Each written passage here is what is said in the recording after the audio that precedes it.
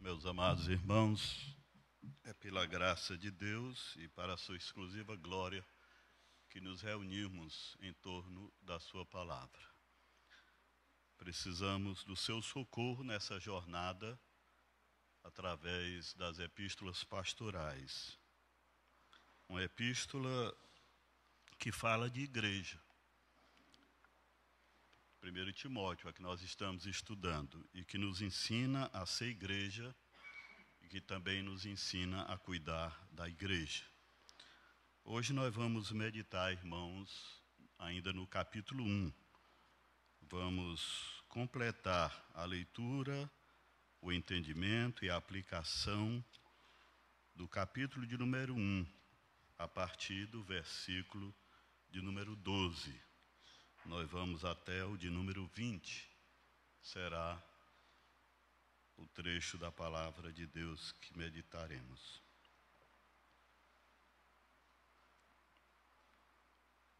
Sou grato para com aquele que me fortaleceu, Cristo Jesus, nosso Senhor, que me considerou fiel, designando-me para o ministério, a mim que noutro tempo era blasfemo e perseguidor e insolente, mas obtive misericórdia, pois o fiz na ignorância, na incredulidade.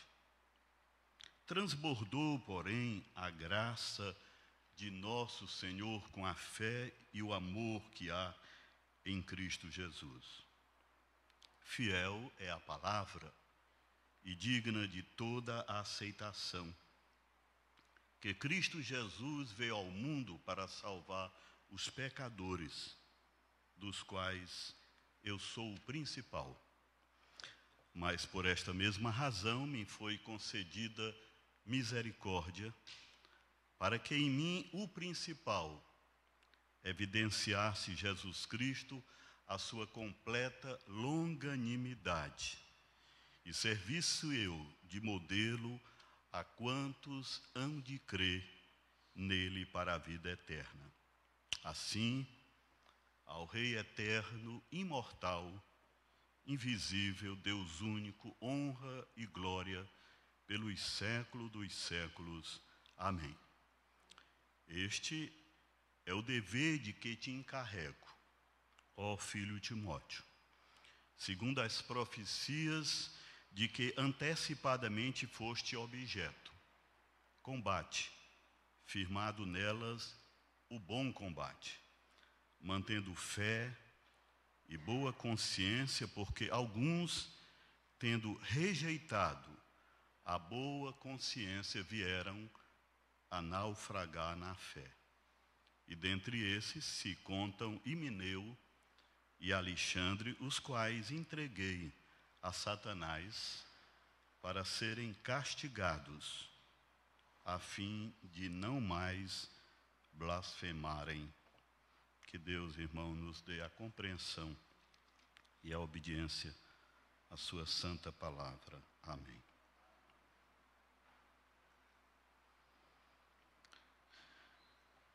Meus amados irmãos e irmãs em Cristo Jesus, quando eu era criança, se valorizava muito o testemunho nos cultos. Nós, presbiterianos, temos resistência com testemunhos. Na verdade, até temos desconfiança. Porque se o testemunho deveria ser a história da graça de Deus vencendo o pecado de um homem, se torna muitas vezes numa fala autocentrada, onde é destacado muito mais as decisões da própria pessoa do que o poder, a graça e a misericórdia de Deus. Mas o testemunho, irmãos, ele tem um papel importante na fé.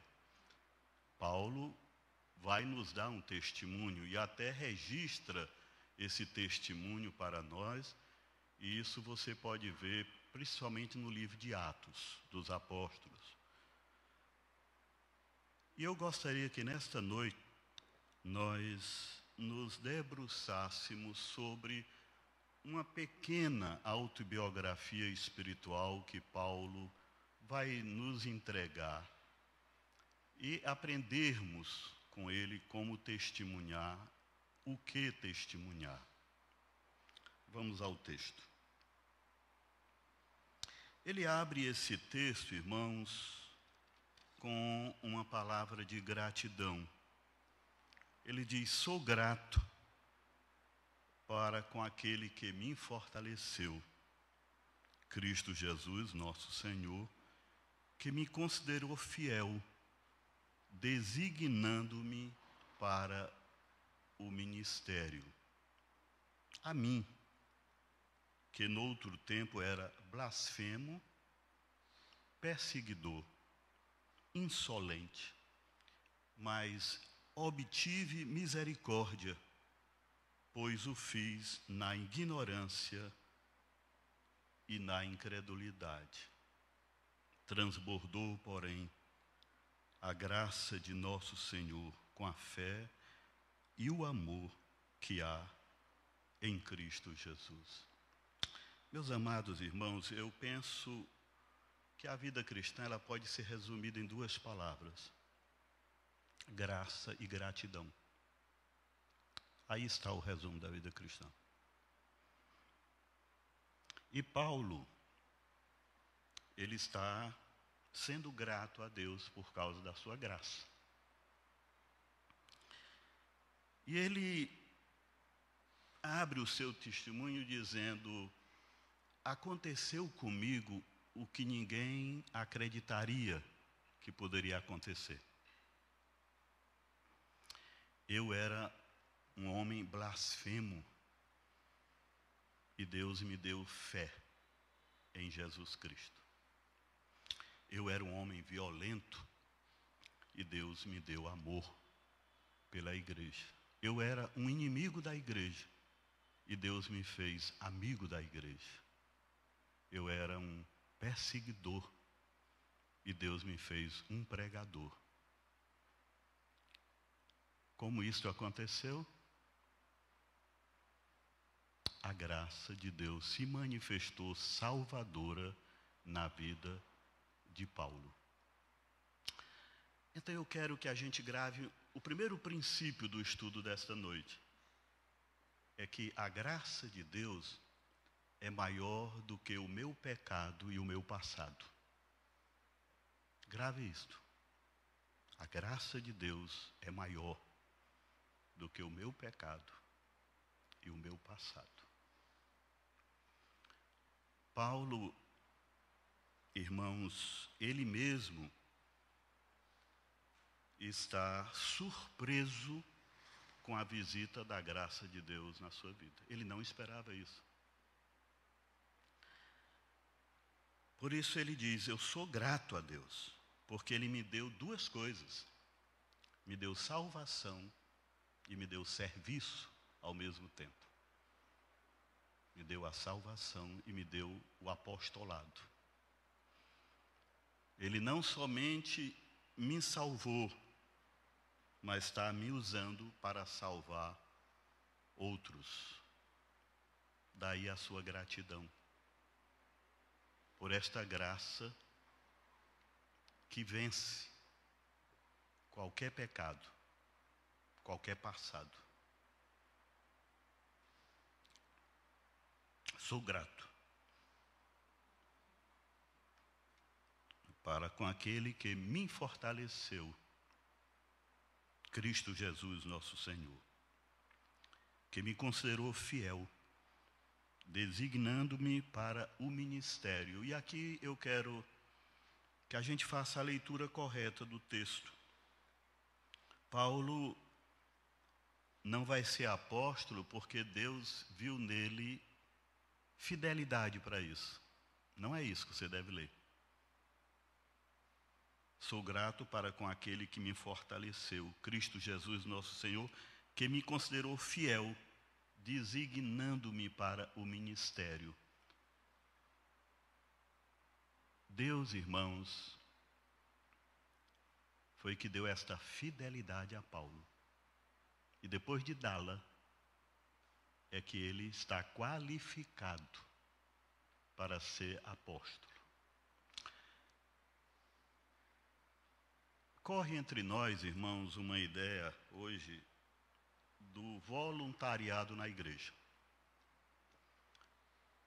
A igreja, ela deve viver de voluntariado. Não, vocês ouvem isso? Mas eu quero corrigir isto, dizendo, a igreja vive de servos. Nós não somos voluntários, somos servos. Servos. Somos de Deus. Por isso que nós servimos a Deus. Nós somos servos de Deus. Portanto, que ninguém aqui ache que está sendo virtuoso porque não cobra nada da igreja. Faz tudo de graça, é voluntário. Não, você é um servo. Era assim que Paulo se via. E ele era grato a Deus pela oportunidade de servir a Deus. E ele sabia que ele não servia a Deus por causa de dons naturais ou dons adquiridos. Não, ele serve a Deus porque Deus, na sua graça, resolve dizer, este será para mim instrumento de salvação para os gentios. Se lembram disso? Sou grato para com aquele que me fortaleceu, Cristo Jesus, nosso Senhor, que me considerou fiel, designando-me para o ministério. A mim, que antes da graça era blasfemo, era perseguidor e era insolente. Mas eu obtive misericórdia, pois o fiz na ignorância e na incredulidade. Na verdade, Paulo pensava que estava agradando a Deus, fazendo o que fazia, perseguindo Cristo e a sua igreja. Era, na verdade, incredulidade e ignorância. Mas não é a incredulidade e a ignorância que tornam Paulo merecedor da misericórdia de Deus. Pelo contrário, ignorância e incredulidade descreve o estado terrível da alma de Paulo, a sua terrível condição espiritual. E essa terrível condição espiritual é que o torna qualificado para ser alcançado pela graça de Deus. O que você tem para merecer a graça de Deus é apenas uma coisa, o seu pecado. Você não tem outra coisa.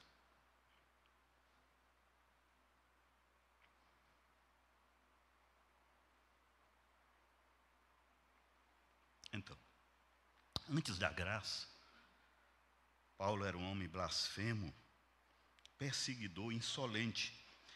Mas Deus, vendo a sua terrível condição espiritual em que ele se encontrava, onde os sintomas piores da sua alma eram a ignorância e a incredulidade, Deus foi misericordioso com ele.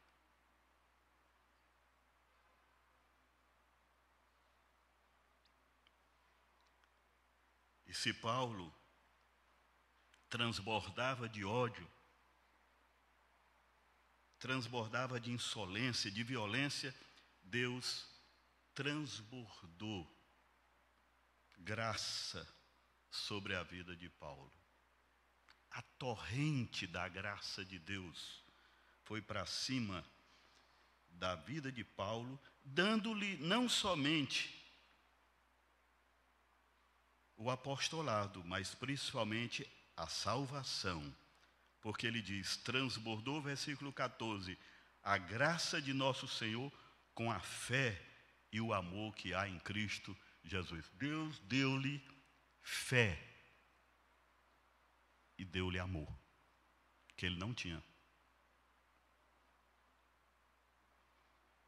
Então, o primeiro princípio que a gente aprendeu nesta noite, qual foi? A graça de Deus é maior do que o meu pecado e o meu passado. O meu pecado e o meu passado não me desqualifica para a salvação em Cristo Jesus. Pelo contrário, me faz candidato da salvação em Cristo Jesus.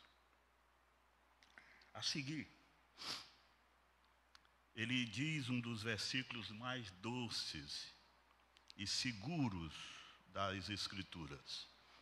Ele diz: fiel é a palavra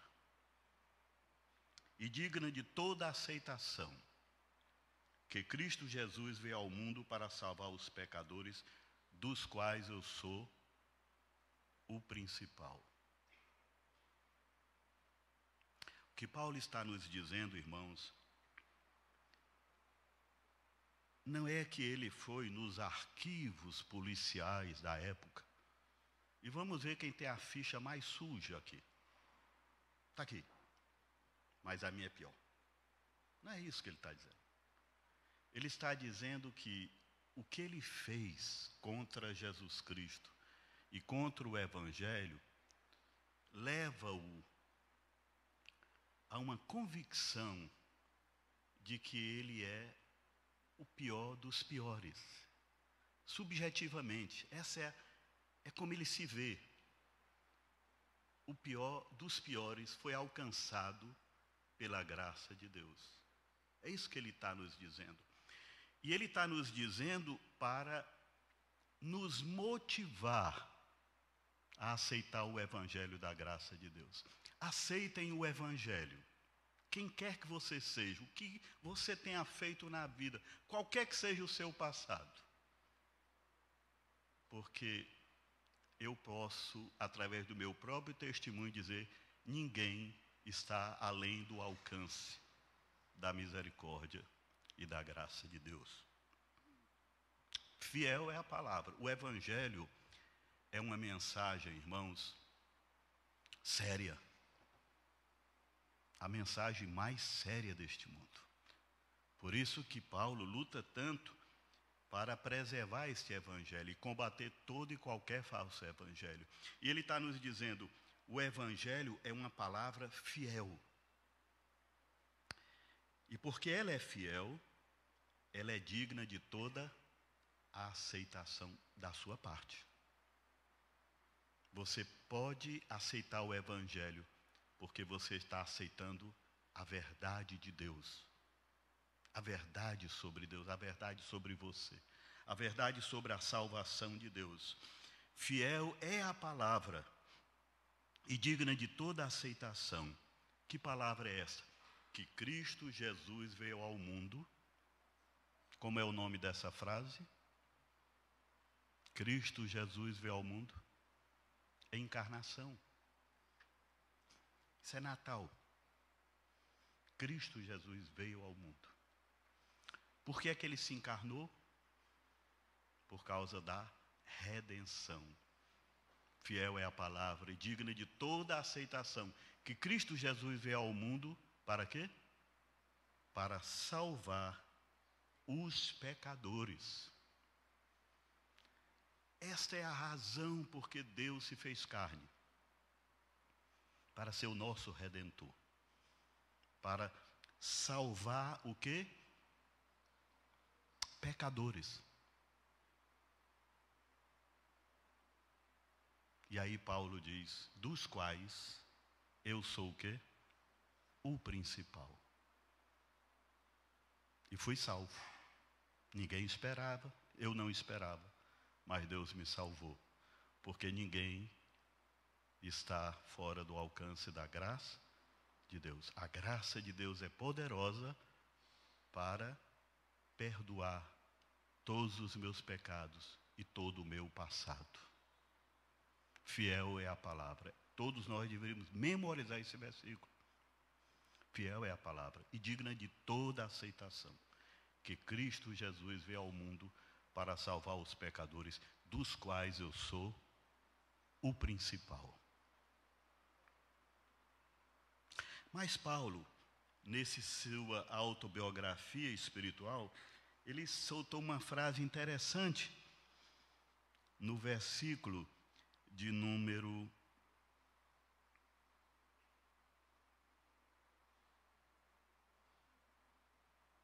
'Qual é o número?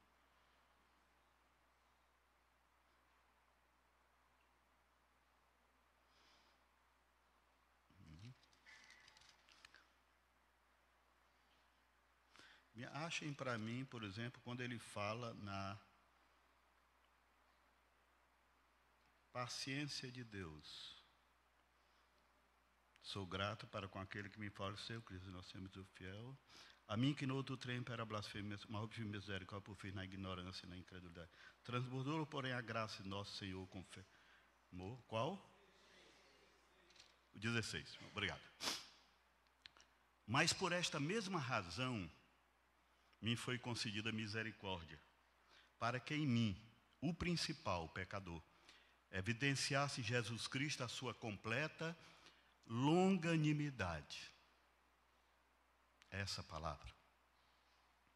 A graça de Deus, ela não somente é poderosa para perdoar os meus pecados e o meu passado, mas a graça de Deus, ela faz uso da ilimitada paciência de Deus. Obrigado. Eu às vezes penso que não choro, mas choro. Aí não trago lenço. Hoje eu não vou chorar e não trago lenço.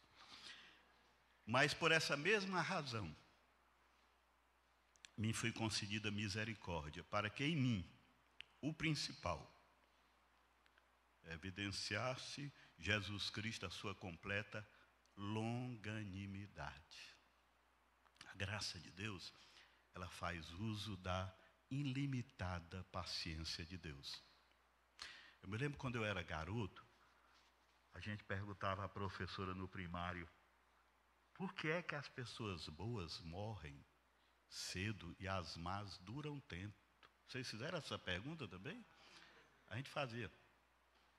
E a resposta das professoras era sempre, Deus está dando uma oportunidade para que eles se arrependam e sejam salvos. Não era essa a resposta? Pois bem, Deus podia fulminar Paulo num instante, pelo que ele vinha fazendo. Abram, por exemplo, em Atos, capítulo 8. Vamos ver o que é que ele fazia de uma maneira mais descritiva.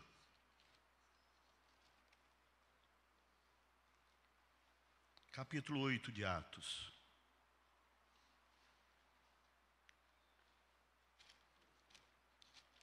Melhor, o 7. Vamos para o 7, versículo 59. 58. 7:58. E lançando-o fora da cidade, o apedrejaram. As testemunhas deixaram suas vestes aos pés de um jovem chamado Saulo. E apedrejavam Estevão, que invocava e dizia, Senhor Jesus, recebe o meu espírito. Então, ajoelhando-se, clamou em alta voz, Senhor, não lhes imputes este pecado. E com estas palavras adormeceu. E Saulo consentia na sua morte. Naquele dia, levantou-se grande perseguição contra a igreja em Jerusalém, e todos, exceto os apóstolos, foram dispersos pela região da Judéia e Samaria. Alguns homens piedosos sepultaram Estevão e fizeram grande pranto sobre ele. Saulo, porém, assolava a igreja, entrando pelas casas e arrastando homens e mulheres, encerrava-os no cárcere.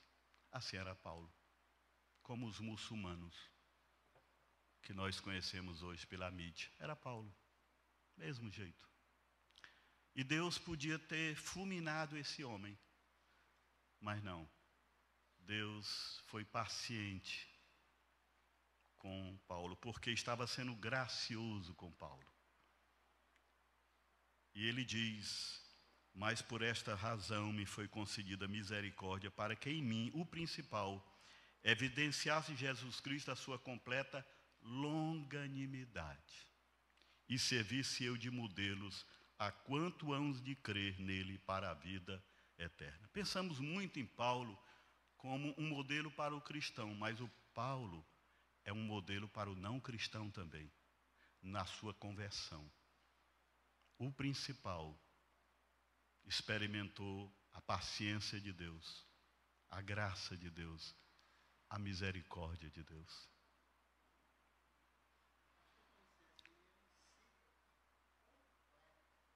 Exato. Completa longanimidade de Deus.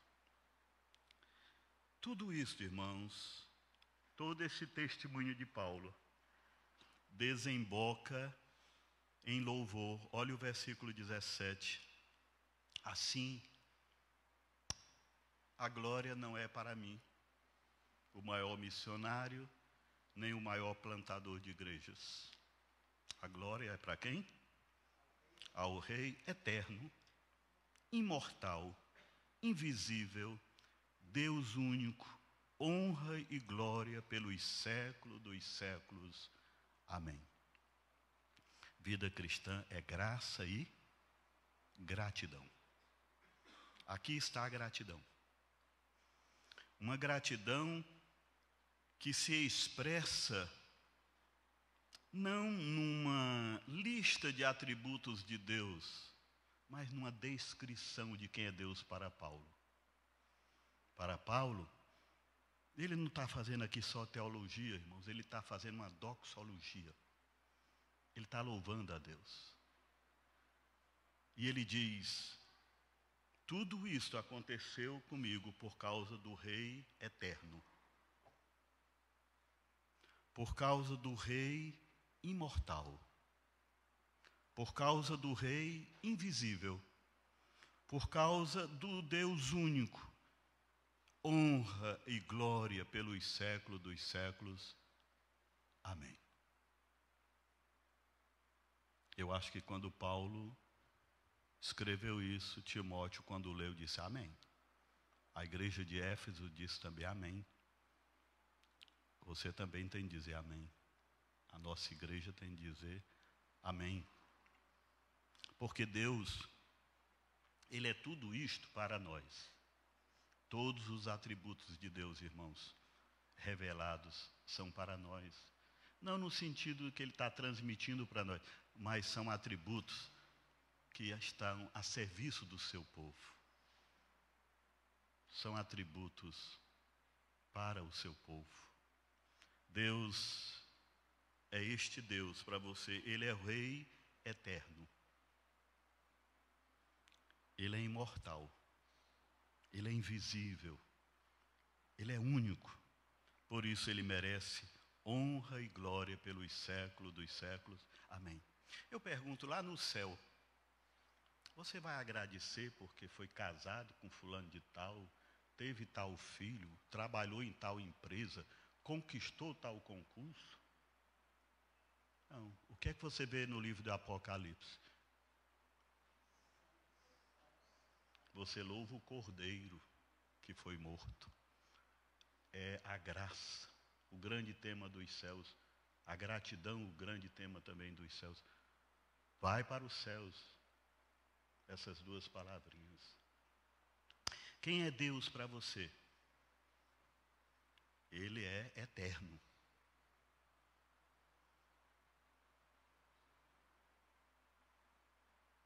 Ele é imortal. Ele é invisível. Ele é único. Este é o seu Deus. Não há rivais. Ninguém tem esses atributos em toda a criação. Porque Ele é eterno e imortal, você terá a vida eterna. Ele é invisível, é um desafio crer num Deus invisível. Mas Ele é invisível porque Ele é Deus. Ele não tem contornos, não tem limites. Ele é Espírito. É melhor adorar um Deus invisível do que adorar um Deus visível. E Ele é único. Não há rivais. Finalmente, Paulo vai nos ensinar que é a graça de Deus que nos faz perseverantes na fé. Você não deixa de precisar da graça de Deus porque a recebeu um dia. Você vai continuamente depender da graça de Deus. Paulo dizia, pela graça de Deus eu sou o que eu sou. Não é? Pois bem, Paulo vai nos ensinar que é esta graça que torna o santo perseverante na sua fé, neste mundo. Por isso ele diz a Timóteo, o relógio está errado.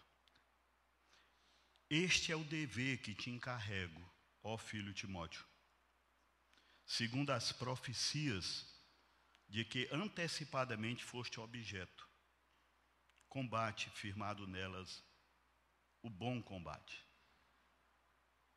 mantendo fé e boa consciência, porquanto alguns, tendo rejeitado a boa consciência, vieram a naufragar na fé. E dentre esses se contam Himeneu e Alexandre, os quais entreguei a Satanás, para serem castigados, a fim de não mais blasfemarem. Meu amado irmão, minha amada irmã, você é um soldado do exército de Deus. As pessoas às vezes não gostam dessa linguagem bélica. Há tantas guerras nesse mundo, estamos cansados de guerra. Abandonemos esses hinos que falam de exército, pendão real.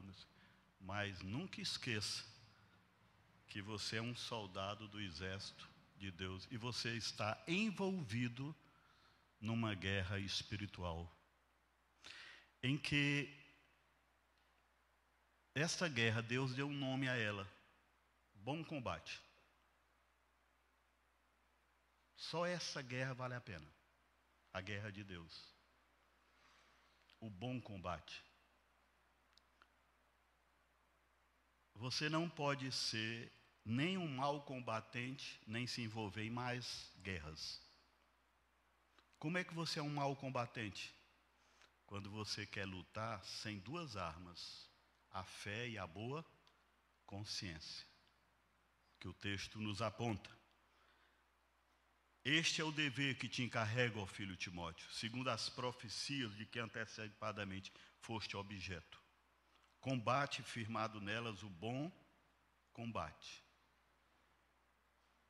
A consciência de que ele foi chamado para o ministério. E ele vai manter a fé e a boa consciência. Em outro momento, Paulo diz: tem cuidado de ti mesmo e da doutrina. Manter a fé e a boa consciência. Meus amados irmãos, quando a gente perde uma dessas duas, a gente naufraga. Por isso o texto diz que a gente naufraga na fé. Então você tem de ser um bom soldado, mas também um bom marinheiro, mantendo fé e boa consciência. Ou seja, não adianta só crer, é preciso viver. Viva o que você creia, o que você crê. São essas coisas que impedem que o inimigo nos acuse de duas coisas: a incredulidade e a culpa, que são armas mortais dele contra o testemunho cristão, o serviço cristão. Temos de manter fé e boa consciência, sempre juntas.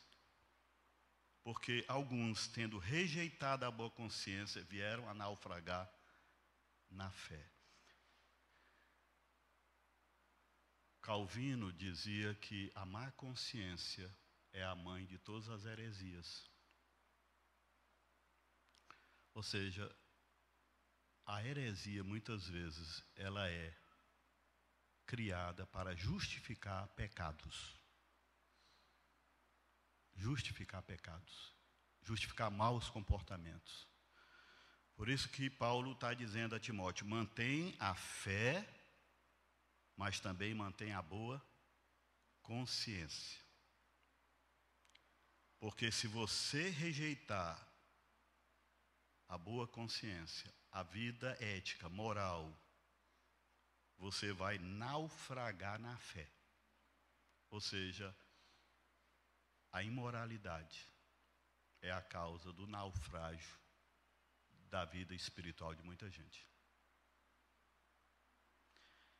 E Paulo diz que 2 membros dessa igreja naufragaram na fé porque perderam a boa consciência: Himeneu e Alexandre. E ele, na autoridade apostólica, está entregando esses homens a Satanás, para que experimentem o castigo e talvez assim deixem de blasfemar e sejam recuperados.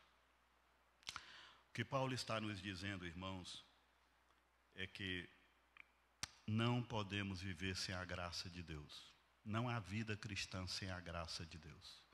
A graça de Deus está no começo, no meio e no fim da vida cristã. É essa graça, irmãos, que nos mantém firmes na fé, perseverantes na fé. É essa graça que nos habilita a lutar pelo Evangelho. É essa graça que justifica a disciplina na vida da igreja. A disciplina, como dizia Lutero, ela é medicinal.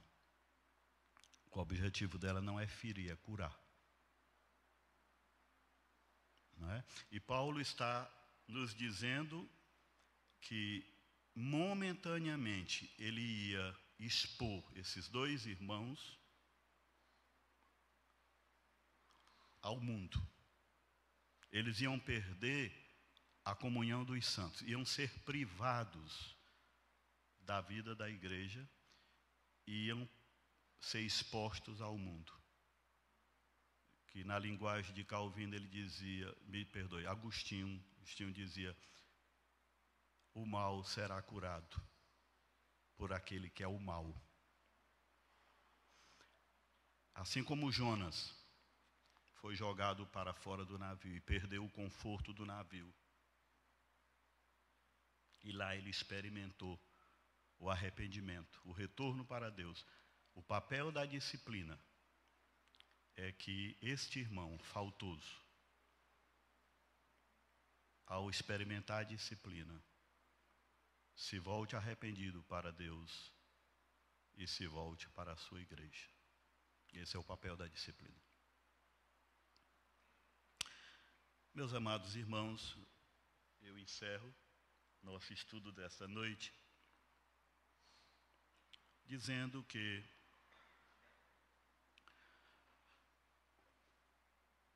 nós estamos vendo pecadores que se dizem santos, e vocês sabem a quem eu estou me referindo.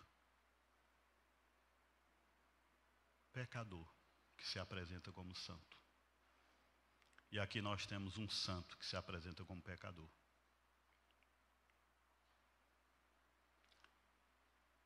Porque vida cristã, irmãos, é essa honestidade com Deus. Eu sou um santo pecador. Um pecador santo. Né? Eu preciso depender diariamente da graça de Deus. Eu preciso abandonar todo o orgulho, toda a vaidade, e me colocar nas mãos de Deus como totalmente dependente dele. Essa graça me salvou, essa graça me sustenta. Tudo é graça. E tudo deve se tornar gratidão. Não somente com cânticos, mas principalmente com a vida. Que eu e você louvemos a Deus pela sua graça. Que eu e você vivamos a graça de Deus. Que eu e você proclamemos a graça de Deus. Que eu e você adoremos a Deus por causa da sua maravilhosa graça. Amém.